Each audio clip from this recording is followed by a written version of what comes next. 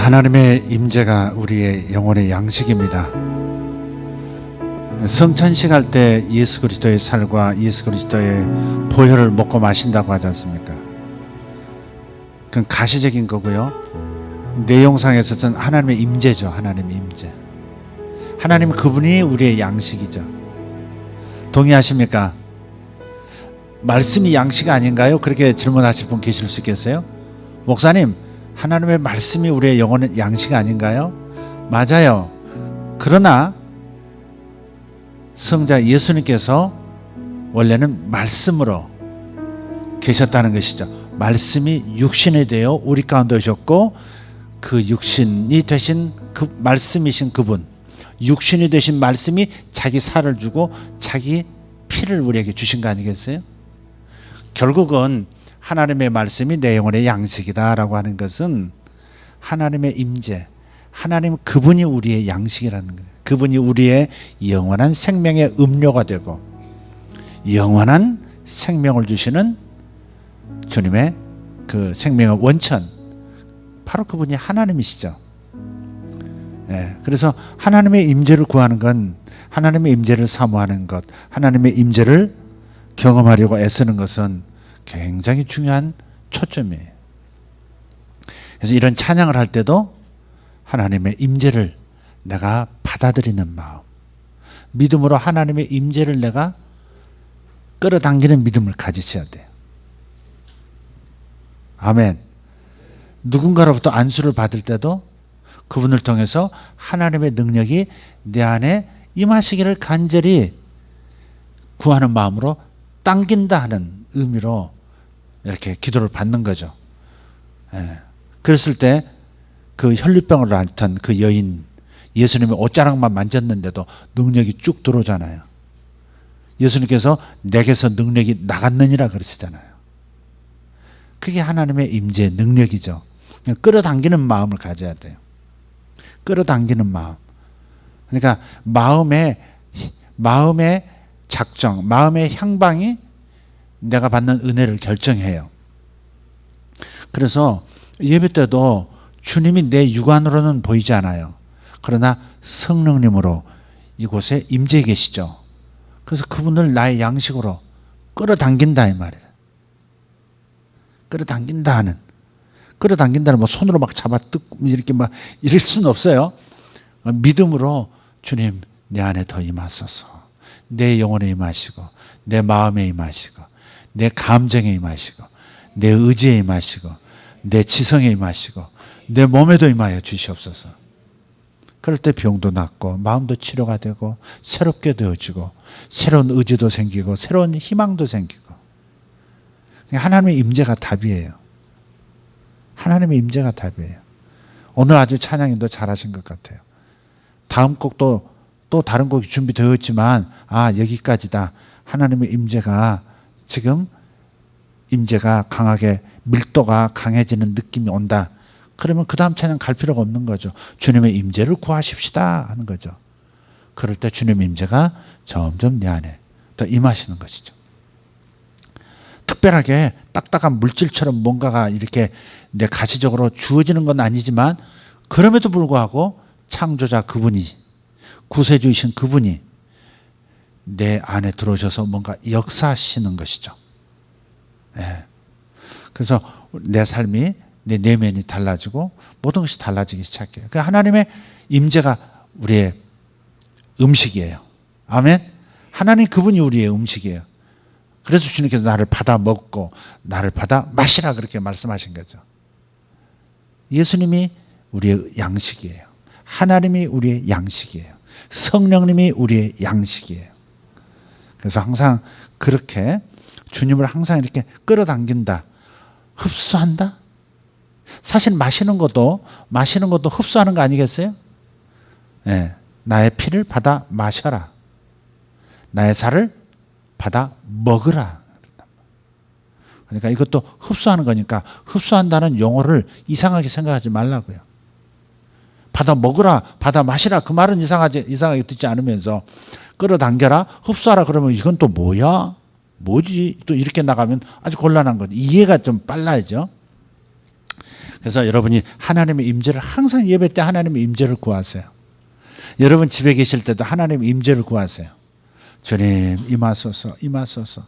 사실 이번에 총신대학에서 구약학으로 참 굉장히 인기가 있으신, 젊지만 인기가 있으신 그 교수님이 오셔서 주일 말씀해 주셨죠. 박철영 교수님.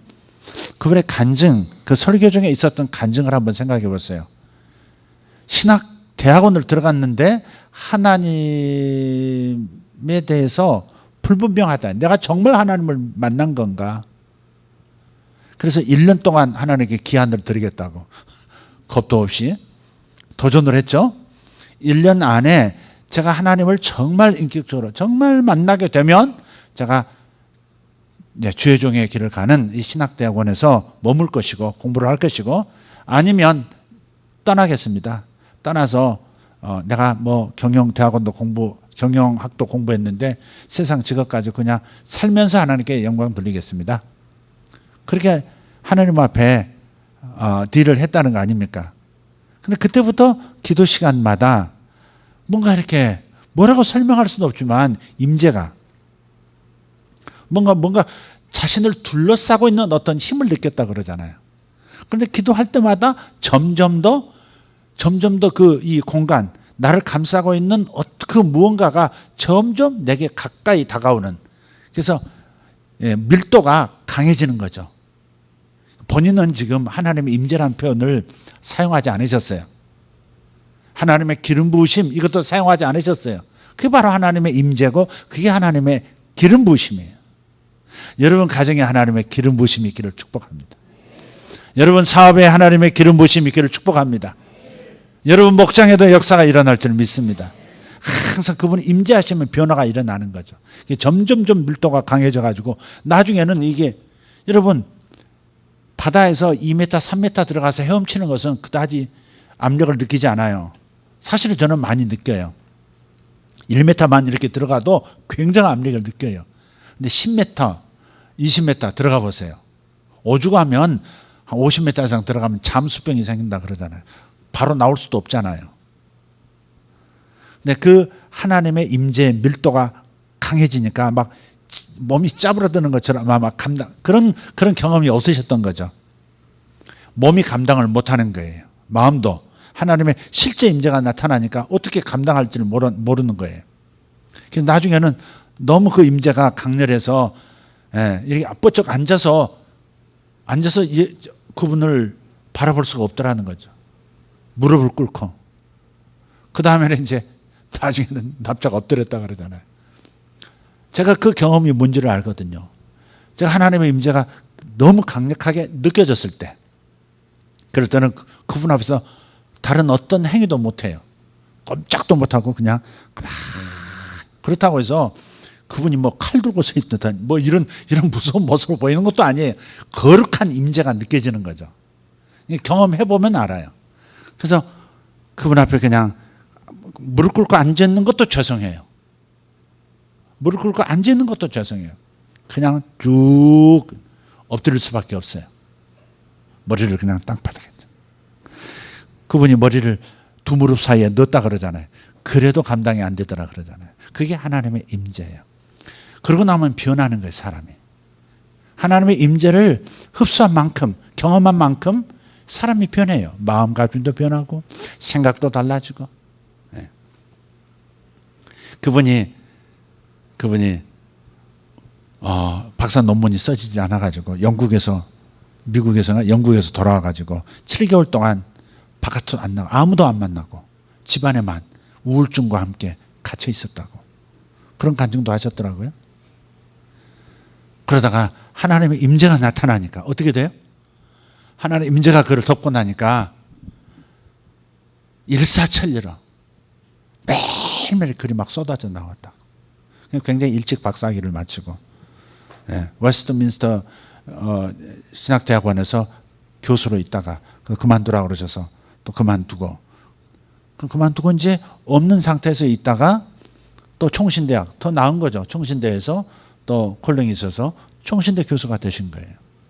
그분이 자기 과시를 하는 분이 아니기 때문에 자세한 그런 얘기 안 하셨지만 그분이 지금 자랑하고자 하는 것은 하나님의 임재였다고요. 하나님 임재였다고요. 하나님 임재가 있으면 눈이 열려요.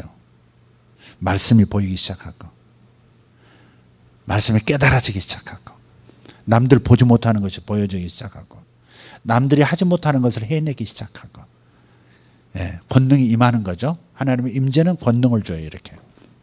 그래서 여러분, 하나님의 임재를 구하세요. 왜 찬양을 30분 가까이 이렇게 해요?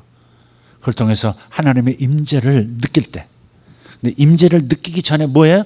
나의 모든 것으로부터 시선을 하나님께로 돌릴 때, 나의 모든 염려, 나의 모든 상황, 나 자신으로부터, 아니 나와 세상은 간 곳 없고 오직 그리스도만 보인다 했던 그 찬양처럼 주님께로 모든 시선을 옮기고 그분의 임재를 느낄 때, 그럴 때 자유가 오는 거예요.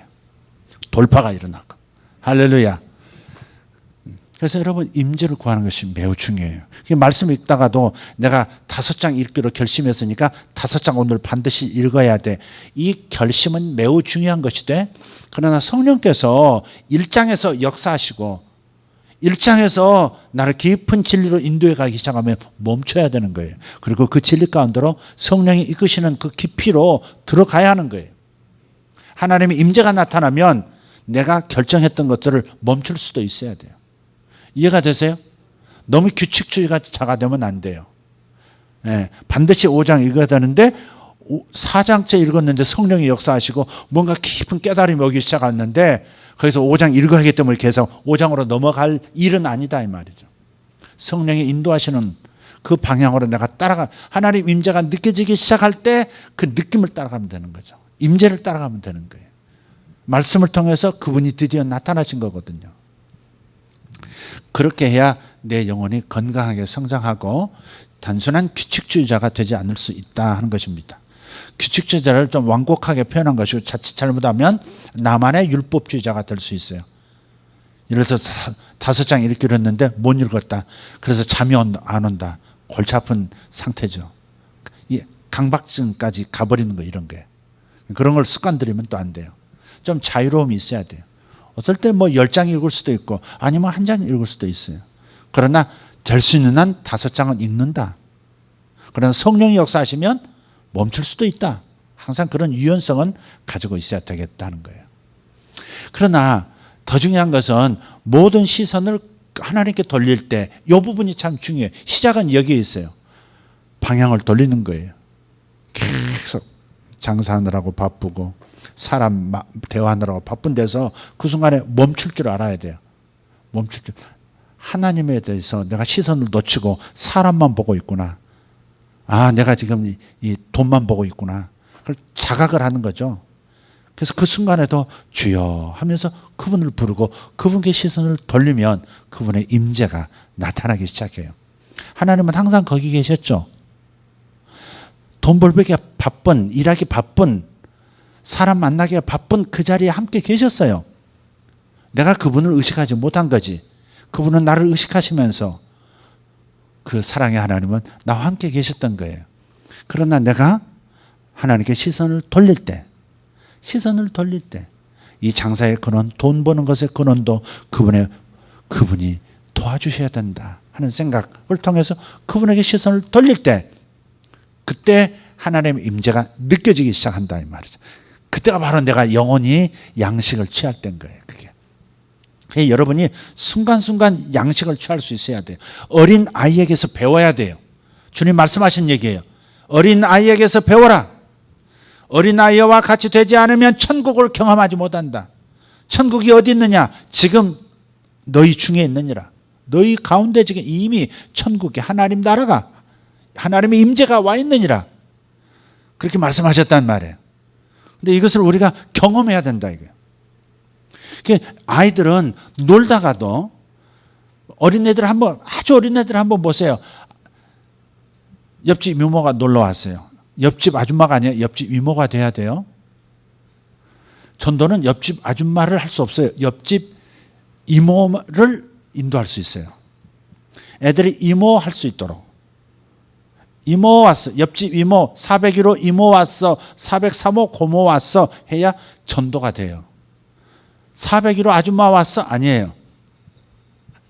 무슨 말인지 이해되시죠?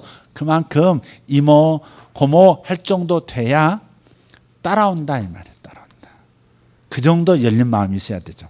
좀 딴 얘기로 갔어요. 그런데 옆집 이모가 자기 또래 애를 데리고 왔어요. 같이 막 열심히 응접실로 놀아요. 네. 그 베란다에 앉아서 두 사람 커피 마시고 이제 이런 얘기 저런 얘기 하고 있어요. 애들은 놀다가도 갑자기 쪼르르 달려와요. 그리고 한번 엄마한테 안기고 허그하고 잠깐 뜨겁게 뜨거운 마음으로 꼭 안았다가 그런 다음에 다시 가요. 그게 뭐냐면 자신도 모르게 떨어진 에너지 보충하러 온 거예요. 기름 들러 온 거예요. 기름 들어 지금. 기름 떨어진 거예요. 그래서 와가지고 사랑의 에너지를 쫙 받고 가는 거거든요. 이게 바로 여러분 우리가 해야 할 일이 바로 그런 거예요. 자기가 기름 떨어진 줄 모르고 자기가 자동차, 자기 삶의 자동차를 계속 하루 종일 밀고 가는 거죠. 지금. 하루 종일이 아니에요. 지금 일주일째 혼자 밀고 가고 있어요. 자기는 운전하고 가고 있다고 생각해. 아니야. 내려가지고 반바잡고 밀고 있어 지금. 얼마나 땀을 흘리면서 허걱대면서 한 달 된 사람도 있어. 그러면 안 된다 이 말이에요. 자기가 고갈된 상태를 느끼고 빨리 시선을 하나님께로 돌려 그분의 임재를 느끼는 상태, 그게 주유받는 상태예요. 하늘의 기름 부음을 받는 상태예요. 그게 임재의 빵을 먹는 상태라고요. 그걸 수시로 여러분이 할 수 있어야 돼요. 근데 이게 뭔지를 모르는 사람은 아예 찾지도 않아요. 그래서 이번 주에 오셨던 박철원 교수님, 그분이 도전한 게 그거예요. MK들, PK들, 그러니까 패스터 키즈들이, 패스터 칠드런들 있잖아요. 목사 아들, 딸, 선교사 아들, 딸들. 어려서부터 그냥 교회 안에서 장로님 자녀들도 마찬가지일 수 있어요. 권사님 자녀들도 마찬가지일 수 있어요. 어려서부터 교회 생활을 하다 보니까 자기가 하나님의 자녀가 된 걸로 생각하고 그대로 모든 것을 아무 무탈하게 가는 거예요. 회개하라면 회개도 했고 여름 성경학교 뭐 학생회 수련회 1년에 한 2차례씩 가가지고 눈물 한번 쏟고 돌아오고 다 했는데도 결국 신학대학원까지도 갔는데도 내가 하나님 만났는가 이러곤 하나님 정말 살아계신가 이런 거 있잖아요. 우리 자녀 중에 그런 애들이 있을 수 있어요. 아니 이미 성장해서 자녀를 낳은 부모인 크리스찬들도 그런 사람이 있을 수 있어요. 모태신앙의 약점이거든요. 이게 장점이면서도 약점이에요. 그래서 정말 하나님을 만나는 경험을 정말 내가 하나님이 살아계시는 것을 정말 알고 어떤 상황에서도 흔들리지 않고 하나님 살아계심과 내가 하나님의 자녀 되었음을 깨닫는 이 마음 변치 않고 갈 수 있는가 한 번은 경험해야 된다 이거죠. 인격적으로 하나님과 접속하는 경험. 아 있구나. 아 이런 세계가 있구나. 이걸 정말 경험하고 진짜 거듭난 경험을 축적한 다음에 출발해야 된다 이 말이죠. 그런 면에서 이번 주 말씀은 참 좋았던 것 같아요. 제가 이렇게 들으면서 신학자시니까 좀 깊은 내용을 말씀해 주시기를 한편 기대했지만 그러나 듣고 보니까 정말 필요한 우리 이제 막 대학 가는 애들도 있고 이제 공부에만 몰두하고 엄마 시키는 대로 하고 아빠 시키는 대로 하다가 이제 자기가 누군가를 생각하면서 내 삶을 내가 스스로 운영한다 하는 이 차원의 이 상태에 와 있는 우리 다음 세대들을 위해서 꼭 필요한 메시지가 아니었는가. 우리가 이제 다음 세대라고 하지만 다음 세대의 내용이 다른 세대거든요. 그냥 우리 다음 세대는 그냥 다음 세대가 아니에요. 우리하고 너무 다른 세대예요. 그들의 방식으로 하나님을 만나야 되거든요. 그러면서 아주 좋았어요. 여러분 어떠셨어요? 다시 한번 못 들으시면 꼭 들으셨으면 좋겠어요. 아주 매우 중요해요. 여러분 우리가 하나님께서는 우리에게 주지하는 것을 달라고 하시는 분이 아니에요. 찰스 스펄전이라는 목사님이 계시잖아요. 스펄전 목사님이 한 목회자에 대해서 얘기한 글을 읽어본 적이 있어요. 근데 그 목회자가 사랑이 좀 많으신 분인데 자기 섬기는 교회에 너무도 가난한 홀로 사는 성도가 한 분 있는 거예요. 그래서 재정적으로 굉장히 어려울 것이다 라고 짐작도 했고 그런 말들도 들려오는 것을 알고 좀 적지 않은 돈을 마련해 가지고 그 성도를 주중에 찾아간 거예요. 아무리 두들겨도 나오질 않는 거예요. 어딜 가셨나 어딜 가셨나. 그래서 그 돈을 다시 들고 돌아오셨어요. 다음에 주일날 만났는데 내가 댁을 방문했는데 안 계셨다고. 언제 오셨는데요? 무슨 요일에 갔었다고. 근데 한참 있다가 부끄러워하면서 이렇게 말을 꺼내는 겁니다. 사실은 제가 집에 있었습니다. 목사님이 오신 걸 알았으면 제가 문을 열었을 텐데 사실은 전기세, 수도세, 이 세금 밀려 있는데 징수원이 와서 돈 달라고 하는, 돈이 없는데 돈 달라고 하는 건 줄 알고 없는 척 했다고. 그랬더니 그 목사님이 나는 돈을 뺏으러 간 사람이 아니고 돈을 주러 간 사람이라고. 그리고 전달했다는 거죠. 근데 가끔 우리가 하나님에 대해서 생각할 때 하나님을 마치 도덕적 수금 징수원으로, 도덕적 수금원 정도로 여길 때가 있다 이 말이에요. 내게는 없는 건데 하나님 뭔가 나에게 요구하러, 도덕적으로 너 왜 그거밖에 못해?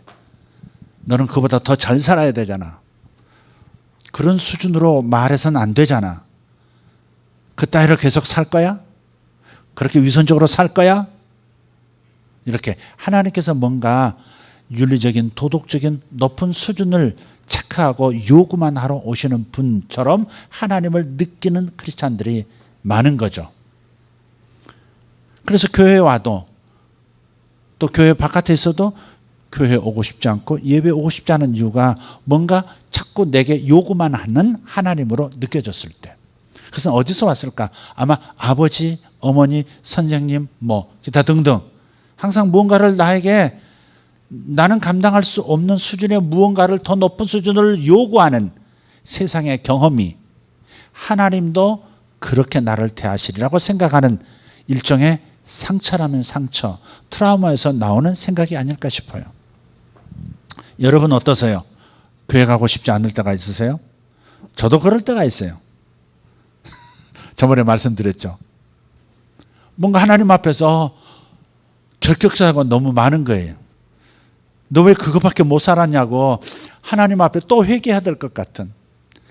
근데 너무 회개도 반복해서 좀 마음이 지친 상태일 때 그냥 있고 싶다. 그럴 때가 있다는 거. 아마 저만의 마음은 아닐 수 있다. 어쩌면 저보다 더 많을 수도 있어요. 여러분 세상 한복판에서 치열하게 싸우고 계신 그런 삶이기 때문에 그렇죠.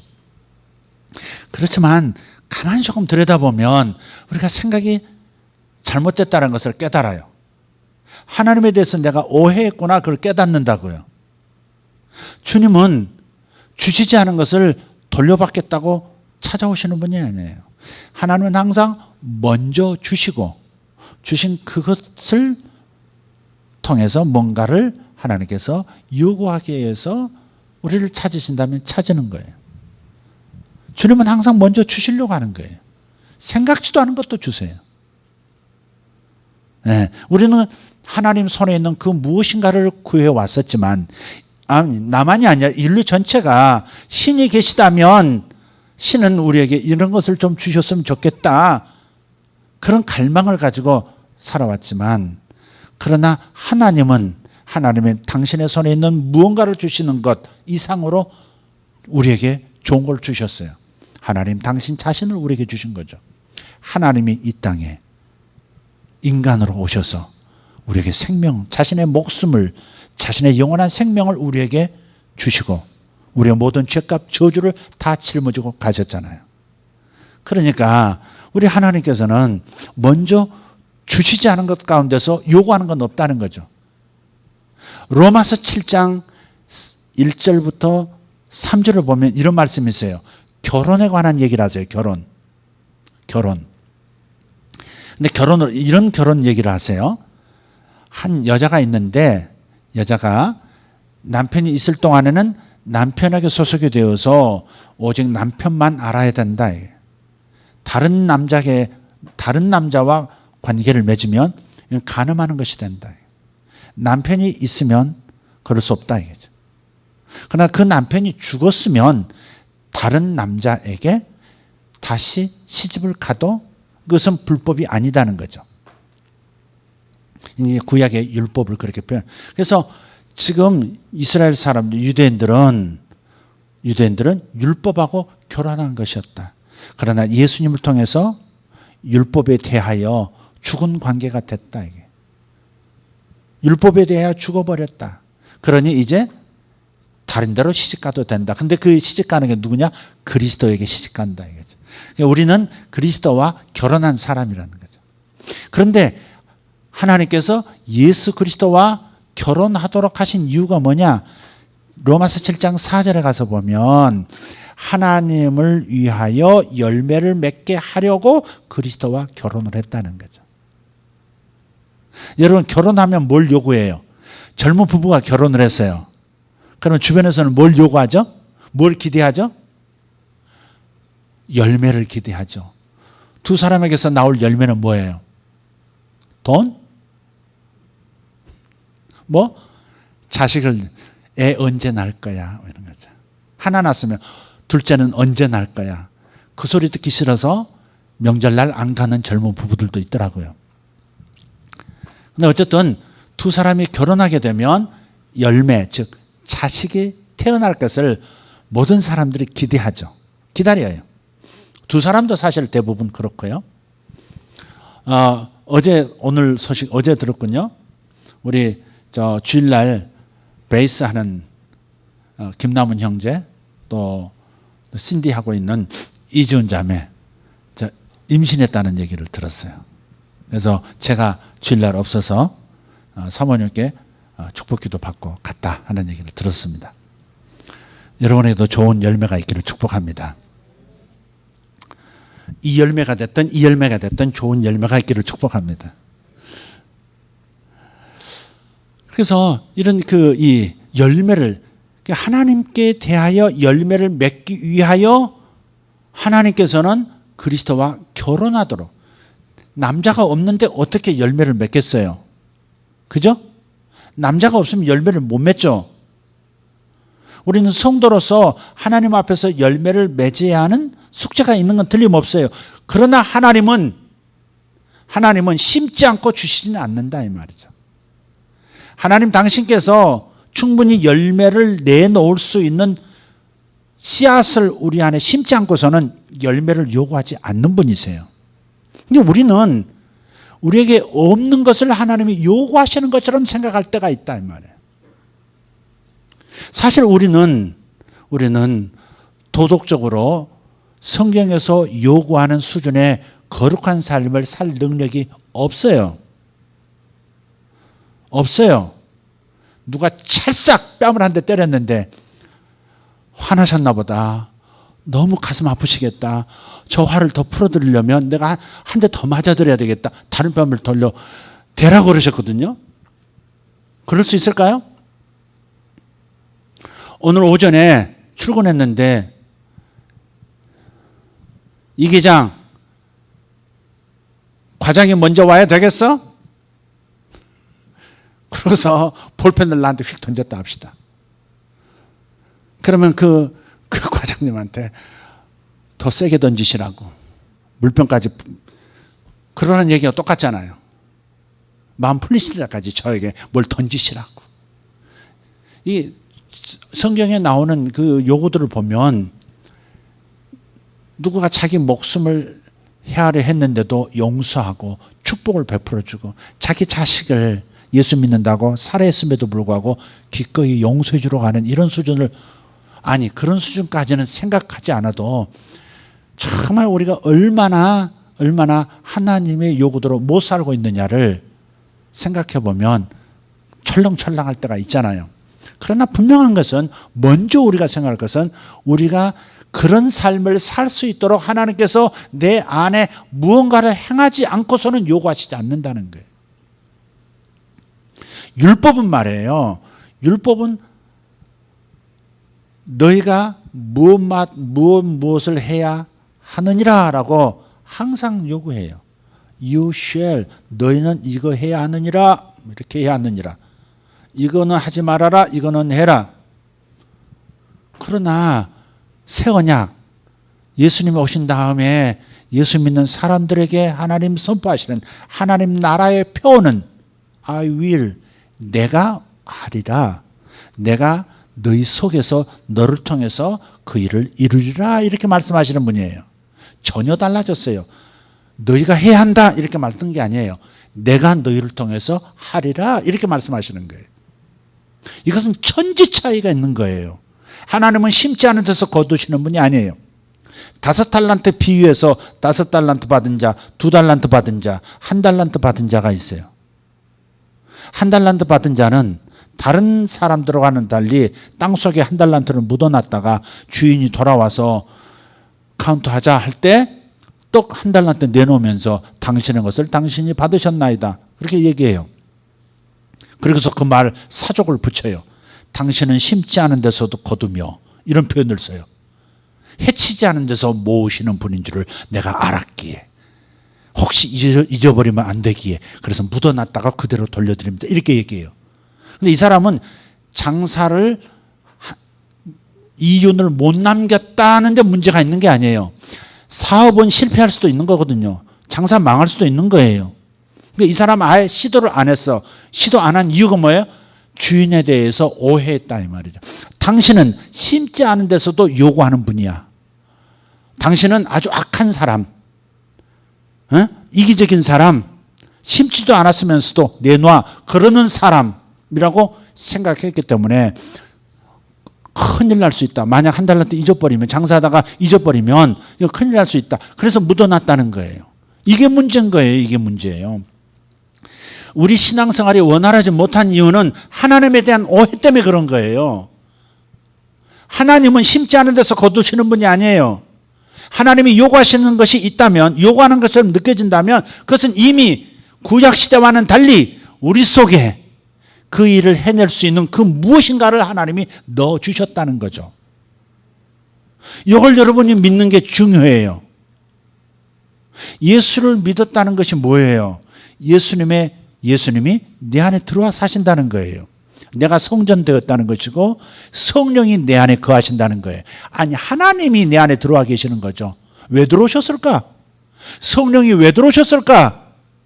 대부분 성령님을 의식하지 않고 살지만 그분은 분명하게 한번 들어오시면 떠나지 않는다고 말씀하셨거든요. 영원히 함께 하신다고 말씀하셨거든요. 바깥에 옆에 계시는 게 아니에요. 위에 계시는 것도 아니에요. 내 안에 들어오신 거예요. 우리가 방언을 하는 이유가 어디 있어요? 기도할 때 방언을 할 때가 있잖아요. 방언을 하잖아요. 내 혀가 내 생각을 표현하는 것이 아니라 성령의 생각을 내 혀가 표현하잖아요. 하늘의 언어를 말하잖아요. 그게 뭐예요? 하나님의 성령이 내 안에 들어와 계신 것을 나타내 보여주는 표적이잖아요. 응? 표적이에요. 근데 그분이 내 안에 들어오신 이유가 뭐냐고요? 그냥 단지 방언하기 위해서? 단지 방언하는 그 언어만으로 해서 하나님이 들어오셨어요? 아니죠. 아니죠. 그분은 하나님 앞에 열매를 맺어드리는 인생 되게 하려고, 하나님께 영광이 되어지는 인생이 되게 하시려고, 나를 통해서 그 영광이 드러나도록 열매를 맺으시는 분이세요. 내가 열매를 맺어드리는 게 아니라 그분이 나를 통해서 사랑의 성품을 나타내고, 그분이 나를 통해서 기쁨의 열매를 나타내시고, 그분이 나를 통해서 참을 수 없는 중에도 온유함으로 참을 수 있는 그러한 열매를 맺게 하려고 내 안에 들어오신 거죠. 그러니까 그분 없이 내가 하나님의 요구를 들어드릴 수 있다고 생각하는 것도 오만방자한 것이고, 이건 정말 있을 수 없는 구약 성도들이나 생각할 수 있는 거예요. 신약 성도들은 그렇게 생각하면 안 돼요. 나는 할 수 없다. 그러나 내 안에 할 수 있으신 하나님이 들어와 계신다. 그분이 역사하시는 것을 바라보리라. 그분이 역사하시면 나는 순종하리라. 그분이 역사하시면 나는 따라만 가리라. 그분이 역사하시면 나는 그분의 역사하신 방향대로 서 있으리라. 그렇게 하는 것이죠. 구약은 그냥 바다를 보고 그냥 건너가라 이렇게 얘기해요. 그러나 신약은 그렇지 않아요. 모세를 통해서 보여주셨듯이 쩍 갈라놓는 역사, 하나님의 역사, 그냥 우리는 순종해서 건너가면 되는 거죠. 그런 방식으로 하나님은 역사하시는 거예요. 하나님은 절대 심지 않은 데서 거두시는 분이 아니에요. 그러니까 뭔가 부담이 왔을 때, 뭔가 하나님의 요구가 있는 것 같을 때 먼저 시선을 어디로 돌려야 돼요? 내 안에 계신 하나님, 나를 통해서 역사하실 그리스도, 내가 할 수 있기 때문에 하라고 말씀하시는 하나님의 그 자신감, 거기에 우리 시선을 돌리면 되는 거죠. 그래서 우리가 말씀을 보고 설교를 듣고 찬송을 하고 하는 이유가 뭐예요? 눈이 열리길 기도하는 거죠. 눈이 열리면 하나님이 보이거든요. 하나님의 임재가 보이거든요. 하나님의 임재가 느껴지거든요. 그러면 열매가 생기기 시작하는 거예요. 하나님이 역사하시기 시작하는 거예요. 아까 그 찬양 참 놀랍네요. 오늘 뒤에서 들으니까.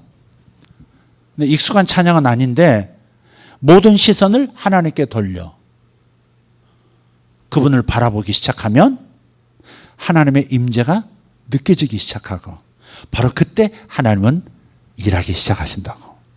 와, 그 순서를 이 작사자가 누군지는 모르겠지만 참 정확한 이 그리스도인으로서 삶의 열매, 하나님을 위한 열매를 맺는 어떤 영적 과정을 잘 표현한 것 같아요. 아주 정확한 신약적 개념을 가지고 있는 것 같아요. 그래서 아브라함이 열매를 맺으려고 했지만 열매를 맺지 못했잖아요. 사라하고 아브라함하고 얼마나 많이 노력하셨겠어요. 노인네들이 힘쓰고 애쓰고 많이 애쓰셨을 것 같아요. 지혜 자식 주시겠다고 하지 않았습니까? 그래서 열심히 막 노력을 하셨을 것 같은데, 그런데 나이가 100세가 되고 아내가 90세가 되도록 열매가 안 맺혀지는 거예요. 징조도 없는 거예요. 이제는 경수도 끊어졌어요. 다시 한번 배란기가 끝났다 이 말이에요. 그러니까 이제 뭐 노력은 뭐 할 수가 없는 거죠, 이제. 그런 상황에서 우리가 그럴 때가 있어요. 기도해도 안 되고, 기다려도 안 되고, 울어도 안 되고, 힘써도 안 되고, 몸부림해도 안 되는 어떤 영원히 안 될 것 같은 문제가 있어요. 여러분 어떠세요? 저 있어요. 그건 제 내면적인 문제죠. 이런 부분은 내가 도저히 여기까지 내가 이룰 수 있을까? 희망도 가져보고 기도도 해봤고, 하지만 과연 하나님이 여기까지를 나에게 허락하셨을까? 뭐 그런 건 있어요.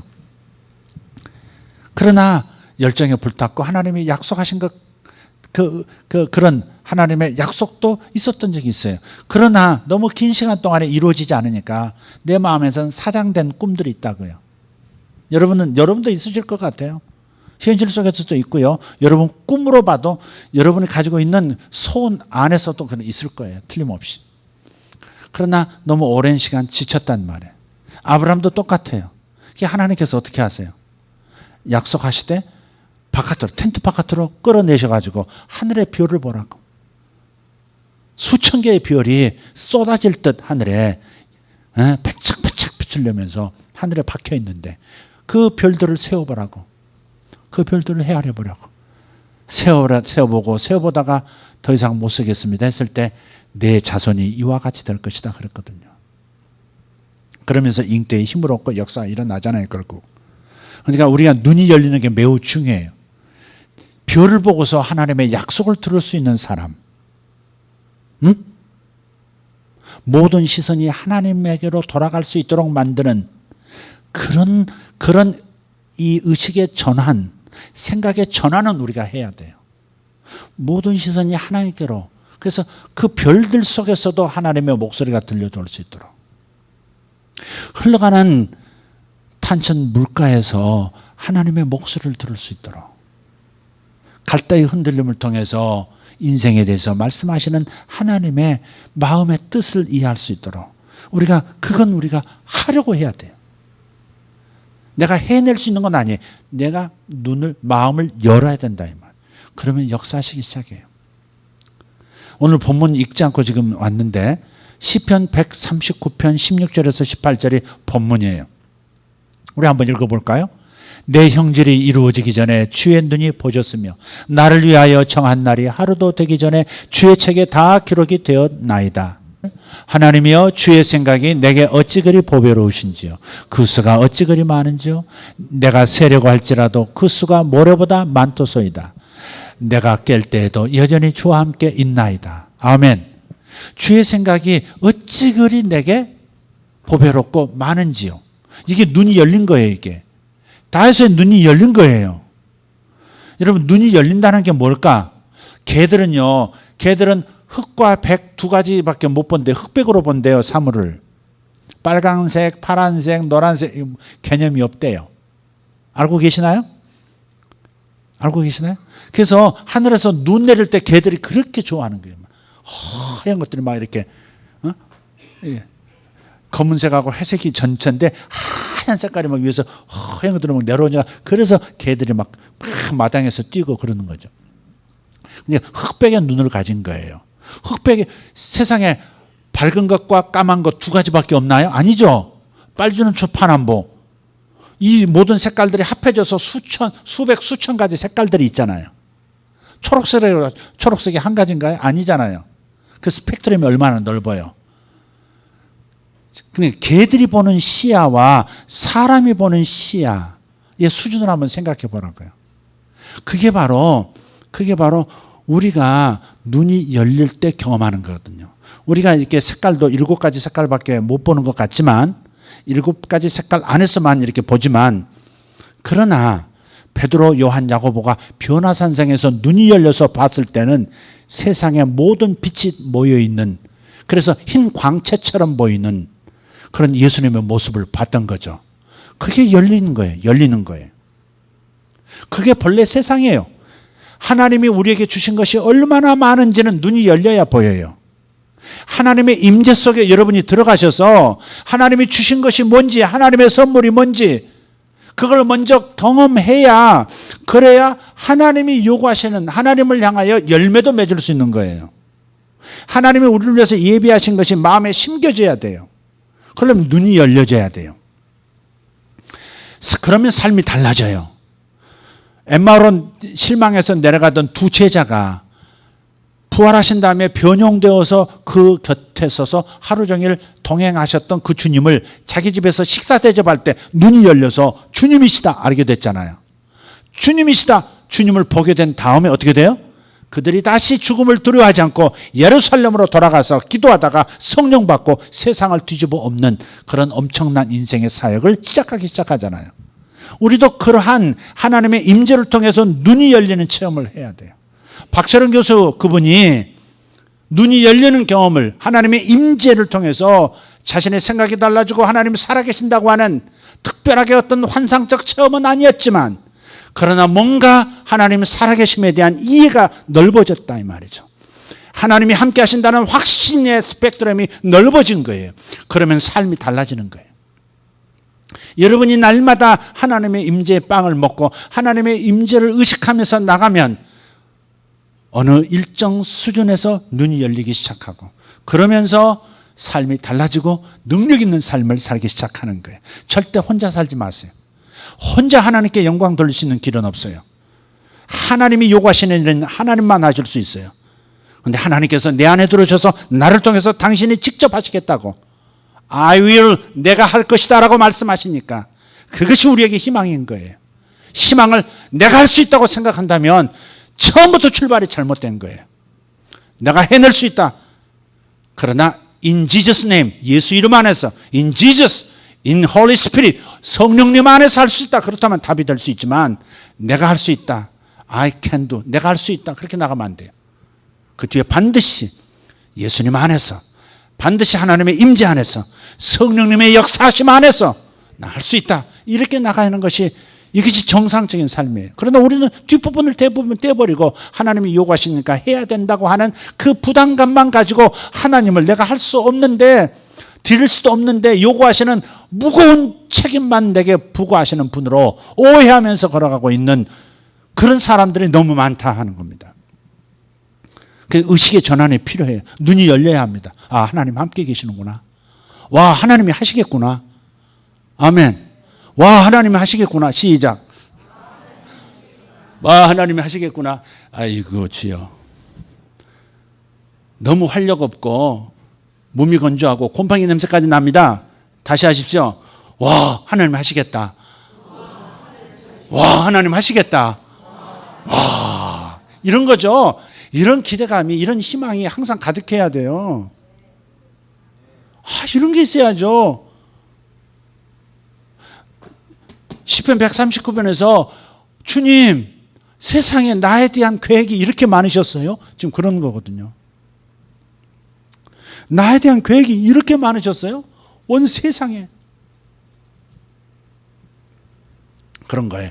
그것은 아직 내가 미래를 보지도 않았는데도, 내 인생 미래가 어떻게 될지 모르는데도 다윗처럼 말할 수 있는 것은 하나님의 임재만 가져올 수 있는 선물이에요, 그게. 그래서 하나님을 찾고 하나님 묵상할 때 주님, 내 눈을 열어 주님의 기이한 역사하심을 보게 하여 주시옵소서. 주님의 선물을 있는 그대로 볼 수 있게 해 주시옵소서. 개들처럼 흑백만 보고 그것만으로 만족하며 사는 존재 되지 말게 하시고, 눈을 열어 7가지 색깔 다 볼 수 있는 세상을 살게 해 주시옵소서. 저는 가끔 하나님이 내게 먼저 주시고 요구한다 하셨을 때 하나님 내게 뭘 주셨을까 생각해 볼 때가 있어요. 오늘도 생각해 봤어요. 하나님, 내가 아직은 경험 못했지만 뭘 주셨어요? 색깔이 7색깔 가득한데 개는 까맣고 하얀 것밖에 못 보는 그런 것처럼 제 눈도 어느 부분은 닫혀 있을 거예요. 있는 그대로 하나님 주신 선물을 못 보는 답답한 눈을 가지고 있어요. 주님, 열어서 7색깔 다 보게 해 주십시오. 그러면서 생각하는 거예요. 생각해 보는 거예요. 여러분, 부활 생각해 보시죠. 가끔 부활절만 생각하시면 안 돼요. 결국 우리 삶의 동의는 부활하신, 내 안에 계신 부활의 주님이 역사하시기 때문에 지금 살아가는 거거든요. 아멘. 네, 그 부활을 한번 생각해 보세요. 내가 부활한 다음에 장차 주님 재림하셔서 내가 부활의 몸을 가졌을 때, 와, 어떤 눈을 갖게 될까? 아니, 부활하기 전에도 내가 이 땅에서의 사명을 마치고 내가 죽는다면 내 영혼이 천당에 입성했을 때 얼마나 놀라운 걸 보게 될까? 가끔 천사 만나는 걸 생각해 봐요. 천사 만날 때 나는 뭘 가지고 깜짝 놀랄까? 나는 천사들의 그 변치 않을, 영원히 변치 않을 충성심, 하나님에 대한 그 불타는 충성심으로 불타는 그 눈, 그걸 보면서 너무 두려워질 것 같아요. 나는 짓거리만한 의리 가지고 하나님 의리 지킨다고 그러고 하나님 주신 사랑에 비해서 너무 적은 충성심을 보이는 사람인데, 천사들은 하나님이 원하시는 거라면 뭐든지 할 수 있는 그 불타는 충성심의 심장을 가지고 있는 천사들을 봤을 때 다리가 후들거릴 것 같아요. 외형으로 보이는 형용되어지는 그런 외모만이 아니라 천사 안에 있는, 말로 표현할 수 없는, 그러나 분명하게 느낄 수 있는 하나님을 향한 영원한 충성심. 와, 그런 걸 보면 얼마나 놀라. 하나님께서 내게 주신 선물이 그런 거예요. 죽어도 그런 세계를 들어가서 사는 거예요. 죽어도 그런 세계에 들어가서 살 수 있게 돼 있어요. 여러분 상상해 보셔야 돼요. 우리가 받은, 예수 믿어서 받은 덤으로 얻은 삶이 영원한 생명이라는 것이 얼마나 큰 건지를 생각해 보라고요. 우리가 이 땅에 살면서 죄로 인해서 닫혀 있어서 그렇지, 열리면 베드로처럼 고백한다니까요. 세상을 다 잊어버리고 초막 셋을 여기 지켰사오니 하나는 주를 위하여, 하나는 모세를 위하여, 하나는 엘리야를 위하여, 그러니까 영원히 주님 모시고 살고 싶습니다. 다른 거 아무런 욕망도, 돈도 명예도 권세도 다 필요 없이 오직 주님만 섬기고 함께 있고 싶어하는 거룩한 욕망을 불러일으키는 그 세계를 볼 수 있는 거거든요. 그런 것들이 선물이에요. 닫혀 있어서 못 보는 거예요. 가끔 또 생각해 봐요. 창문을 열고 이렇게 보면 낮에 해가 이제 기울고 밤이 찾아와요. 그러면 가로등에 의해서 나무 색깔도 언뜻언뜻 보이고 형상도 보이고 지나다니는 사람도 흔들리기는 풀잎도 다 보여요. 다 보인다고요. 늦게 둥지를 찾아 들어가는 까치도 보고요. 다 보는데, 그러나 밤에 보는 그 수준과 환한 빛 가운데 대낮에서 보는 세상은 전혀 다른 세상이잖아요. 내가 밤의 수준의 지금 삶을 살고 있어도 사실은 낮의 수준의 삶이 이미 여기 와 있는 거예요. 눈이 닫혀서 못 보고 있는 것 뿐이에요. 그러니 하나님 내게 왜 이렇게 역사하지 않으십니까? 왜 내게는 선물 안 주십니까? 왜 내게는 안 들어주신 응답이 없으신가요? 하나님은 어디 계신가요? 거기에 매몰되지 말라고요. 그게 함정이니까. 왜 개떼처럼 사느냐 이 말이에요. 박철영 교수 그분도 우울증 걸려가지고 7개월간 두문불출 집안에 갇혀있을 때 어쩌다 받은 전화 나가가지고 친구한테서 들었던 첫 목소리 이 개수기야. 이 개수기야. 아니 그런 말을 할 친구도 아닌데 자기 보고 이 개자식아 그렇게 욕을 하는데 정신이 들었다 그러잖아요. 이게 우울증 걸린 사람은 욕을 해야 되나? 나 저를 찾아오십시오. 한번 모질게 깨워드리겠습니다. 예. 정신이 드는 거죠. 뭐 덮여 쓰여 있는 거죠, 그게. 우리가 왜 개들처럼 사느냐고요.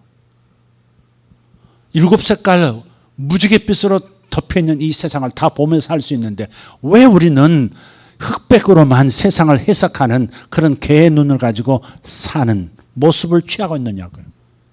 왜 보이는 것이 전부인 것처럼 살고 있느냐고요. 왜 보이는 것이 하나님의 전부라고 내 인생의 전부라고 생각하냐고요. 그 배후에 내가 못 보지만 하나님이 내게 주신 엄청난 일들, 하나님의 무수한 보배로운 나에 대한 계획들이 있는데 그걸 못 보면서 하나님 원망하고 삶을 냉소적으로 바라보면서 살고 있느냐 이 말이죠. 아니에요. 눈이 열리면 다른 역사가 일어나요. 중요한 건 여러분의 눈이 열리는 겁니다. 눈이 열려서 하나님 내게 주신 이 보배로운 하나님이 세우신 나를 향한 이 엄청난 계획들, 엄청난 하나님의 이러한 생각들이 얼마나 보배로운 끝을 셀 수가 없나이다. 바닷가의 모래알보다 더 많습니다. 이걸 알 때 우리는 흥분하기 시작하죠. 그리고 기대하는 삶을 살기 시작하는 거예요. 하나님은 먼저 우리에게 주셨어요. 그 주심의 크기가 어떤 건지부터 알려고 하세요. 묵상하세요. 생각 좀 하고 사세요. 그냥 바깥에 보여주는 이끄는 생각에 끌려가지 말고 생각다운 생각, 하나님이 가지신 생각으로 내가 좀 치고 들어가는 그 생각으로 좀 점핑하세요. 갇혀 살지 말라고요. 보이는 것이 전부가 아니라고요. 그게 사도 바울이 그래서 얘기한 거예요. 사도 바울이 우리가 보는 것은 보이는 것이 아니요 보이지 않는 것이라. 우리가 보는 것은 보이는 것이 아니라 보이지 않는 것이라. 분명히 그렇게 말씀해요. 그래서 이 육안으로 보이는 것만 보지 말고 보이지 않는 것을 가지고 하나님의 마음을 보려고 하라 이 말이에요. 저번에 잠깐 얘기했죠. 치과에 가서도 그렇게 할 수 있는 거예요. 하나님 저 자매에게 하실 말씀 있으십니까? 느닷없이 고슴도치가 탁 그 앞에 나타나는 거예요. 그냥 살짝 스쳐 지나가는 거예요. 그래서 그 자매에게 얘기했죠. 그 간호사 자매에게. 간호사 아가씨, 왜 하나님께서 당신에게 고슴도치를 당신을 보고 축복하는데 왜 고슴도치를 보여주실까요? 그러면서 메시지를 했죠. 다 듣고 그 자매가 하는 말이 그거예요. 제가 실은 고슴도치 한 마리를 지금 키우고 있습니다. 그 자매는 깜짝 놀란 거죠. 아니 처음 본 원장님이 환영하는 걸 보니까 목사님이랬는데 교회는 안 다니니까 목사랬는데 갑자기 말을 거는데 어떻게 나를 알고 내가 고슴도치 키우는 거 알고 고슴도치 얘기를 할까 깜짝 놀랐을 거 아니에요. 여자가 고슴도치 키우는 사람이 몇이나 될까 우리 한국에. 결혼하는 아가씨가 고슴도치를 키우는 사람이 몇이나 될까? 남자도 아니고. 그러니까 하나님이 살아계시는구나. 아, 그래서 마지막 답이 그거예요. 교회를 가려면 어떻게 가야 되나요? 그러는 거예요. 원장님에게 물으세요. 원장님 집사님이시고 믿음 좋으시면 알잖아요. 그러니까 안내를 받으세요. 어느 교회가 좋은지. 너무 먼데요. 우리 교회라고 그러고 싶은데 저 불광동 구파발이라. 네. 그러니까 우리가 이런 영상만 봐야 된다는 말을 하는 게 아니에요. 우리가 하나님이 내게 주신 것이 얼마나 큰지를 보려고 해야 된다. 이 말. 하나님이 내게 주신 것부터 챙기세요. 주님께서 이렇게 말씀하셨어요. 마태복음 6장 33절 이번 주일 본문이더군요. 그런즉 먼저 그의 나라와 그의 의를 구하라. 그리하면 이 모든 것을 너에게 더하시리라. 구하라는 것은 뭐예요? 구하라는 게 뭐예요? 요구하라 그 말 아니에요. 요청하라. 그러니까 주님은 주고 싶다 그 말 아니에요. 준비해 놨으니까 요청해 그 말 아니에요. 그러니까 하나님은 주지 않는 데서 달라고 하시는 분이 아니에요. 주지도 않았는데 그 일을 하라고 말씀하시는 분도 아니에요. 할 수 있는 힘을 주시고 하라고 하시는 거지. 그러니까 항상 먼저 받으세요.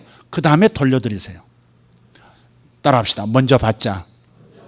그리고 돌려드리자. 먼저 받자. 그리고 돌려드리자.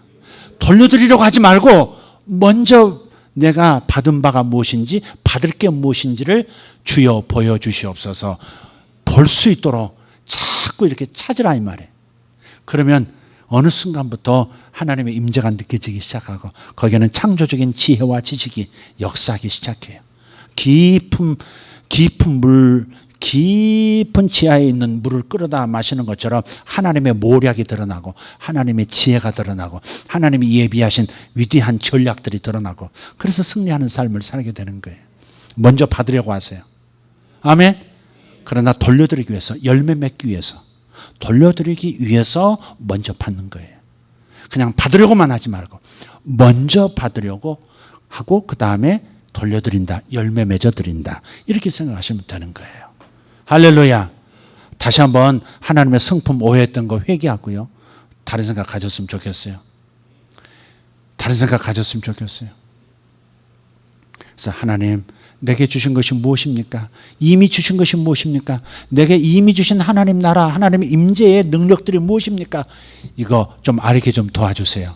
그럼 그때부터 다른 삶을 살기 시작해요. 제가 그랬던 것 같아요. 제가 결국은 하나님이 함께 가신다면 이런 수준의 삶이 아닌데요. 이런 질문부터 했던 것 같아요. 하나님은 저 사람의 문제가 뭔지 아시잖아요. 저 사람의 고민이 뭔지 아시잖아요. 물론 제가 이런 사역을 할 때, 이런 은사를 나타내는 사역을 할 때 사람의 죄나 잘못 그걸 드러내지는 않아요. 그런 걸 보여달라고 하지도 않아요. 만약 보여준데도 이건 목숨과 직결되는 중요한 문제이기 때문에 보여주신다고 생각하는 사람이지 절대 다른 사람의 흠. 그냥 목사님은 다른 사람에게 좋은 말씀만 해주시는 것 같아요. 이렇게 듣는 사람이 있어요. 그러나 본인은 다르게 들어요. 여러분 그렇게 아셔야 돼요. 하나님께서 주신 것이 무엇인지를 깨닫는 사람은, 정말 받고 깨닫는 사람은 달라지기 시작하거든요. 그런 차원이에요. 그렇게 이해하시면 돼요. 어쨌든 제가 그런 사역을 그러한 하나님 앞에 내게 주신 것이 무엇인지, 내게 주신 은사가 무엇인지 이걸 발견하려고 애쓰는 동안에 그때부터 내 삶이 달라지기 시작했다는 거예요. 나도 달라졌고 내 삶의 수준도 달라졌고 내 사역하는 수준도 달라졌고. 그런 면에서 저는 복받은 사람이에요. 여러분도 그러길 원해요. 할렐루야. 주여 눈을 열어주십시오. 주여 눈을 열어주십시오. 주님 주신 선물을 보게 해주십시오. 아멘. 할렐루야. 조용히 손으로 이렇게 좀 드시죠. 주님, 제가 여기 있습니다. 좀 잠깐 피곤하실 수 있지만 일어나시면 좋겠네요.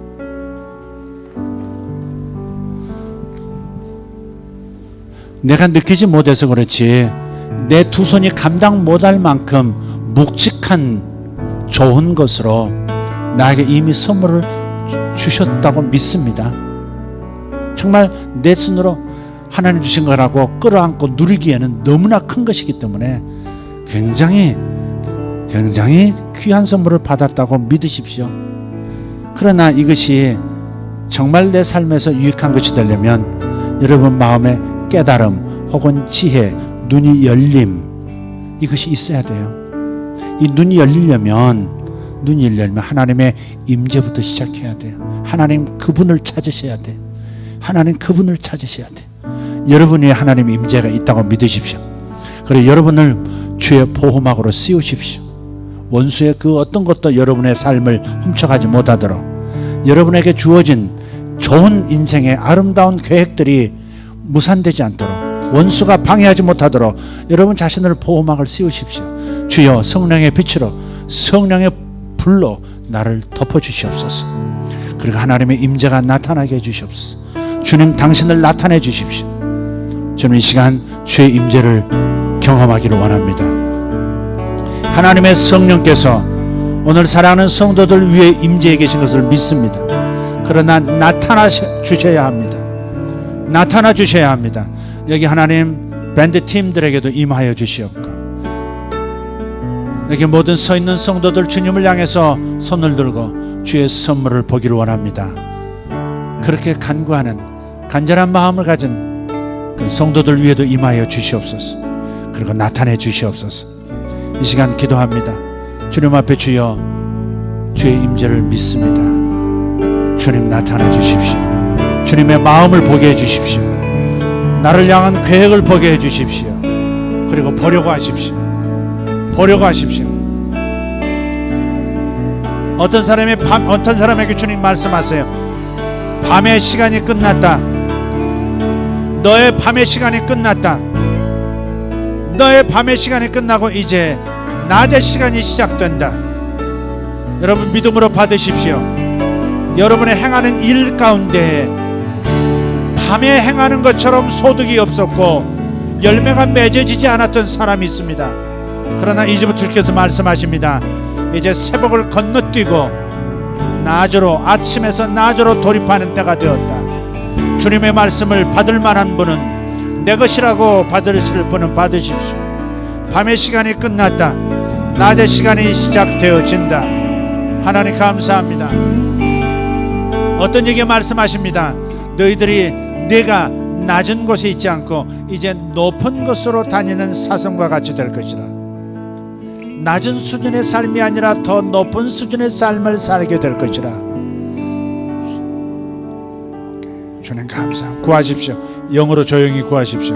주님께서 더 말씀을 주실 수 있도록 여러분 자신이 직접 받으십시오. 주님의 마음을 보여주십시오. 나를 향한 주님의 마음을 보여주십시오. 나를 향한 주님의 마음을 보여주십시오.